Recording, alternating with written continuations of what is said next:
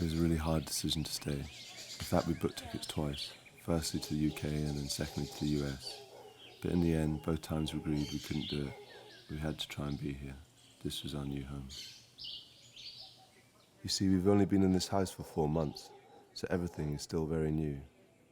We have very little furniture, a big beautiful table made from the trunk of an old guanacaste tree, some comfortable beds, a good washer-dryer, some nice hammocks, and not much else.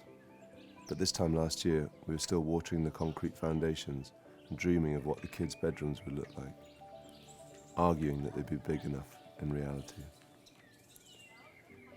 This is only the 3rd year we've spent in Costa Rica. We absolutely love it. It's a beautiful, clean country with incredibly kind, genuine people, but we never planned on living here full-time. Abby, homeschooling the kids for 2 years, had allowed us to make the change and try out something different, but we built this house as a dream, not as our main base. However, in September we tried a bilingual school just outside of Tamarindo, and the kids fell in love with it, and then we had no choice. We were here. I returned from a job in Bahia, Brazil in mid-March, and on my return journey I could tell things were starting to move fast. You could sense the fear in the airports and amongst the people travelling and those who were working there. I was so relieved to get home to my family, but this relief immediately turned to panic when I realised I might be bringing back the one thing I wanted to protect my family from. Abby had already stocked us up with supplies like food, medicine and petrol. We took the kids out of school the following day. We literally had no idea what was going to happen, how this country was going to cope. We initially kept ourselves busy by building a good gate. We also managed to purchase vegetable seeds and find 5 laying hens. We then hunkered down and we've been here ever since. Our daily routine consists of waking up about 5 a.m, feeding the dogs, letting the hens out, making mate, watering the hedges and trees we planted last year. The kids start to wake about 7:30, generally lays about for a while. Their online school starts at 9 a.m, so there's a lot of prep to get that going. Internet is still a big issue for us, so Abby has to juggle connecting 4 kids to live streams by a mix of mobile phones and Wi-Fi. So the kids do school until about 2, then we play cards, gamble for money with dominoes, 100 colones a spot. We bake, we eat, we drink tea, we watch movies if the Wi-Fi works, we read, we sleep a lot.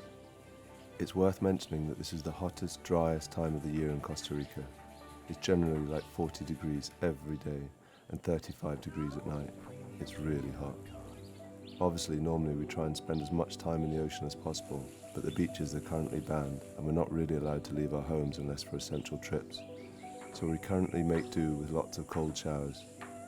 We don't have hot water in our house anyway, and just try and stay out of the midday sun as much as possible. But generally, we're managing to have fun. There's stress, there's always a bit of stress, but on the whole, we feel we've made the right decision by staying in Costa Rica.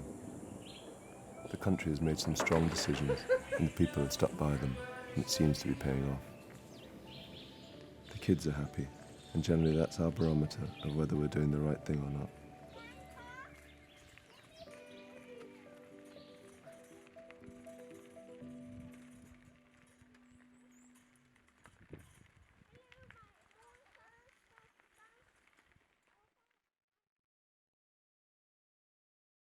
I like to play dominoes and cards. Why do you like Because it's fun. Yeah. Skating, cooking. Skating around the house, doing school on Zoom. Painting. I have been doing hair masks, face masks. Oh! This is interesting. Baking, cookies, cakes, more cookies. Baking, sleeping, vegetable making. Petting the pets, getting chickens. That was before. And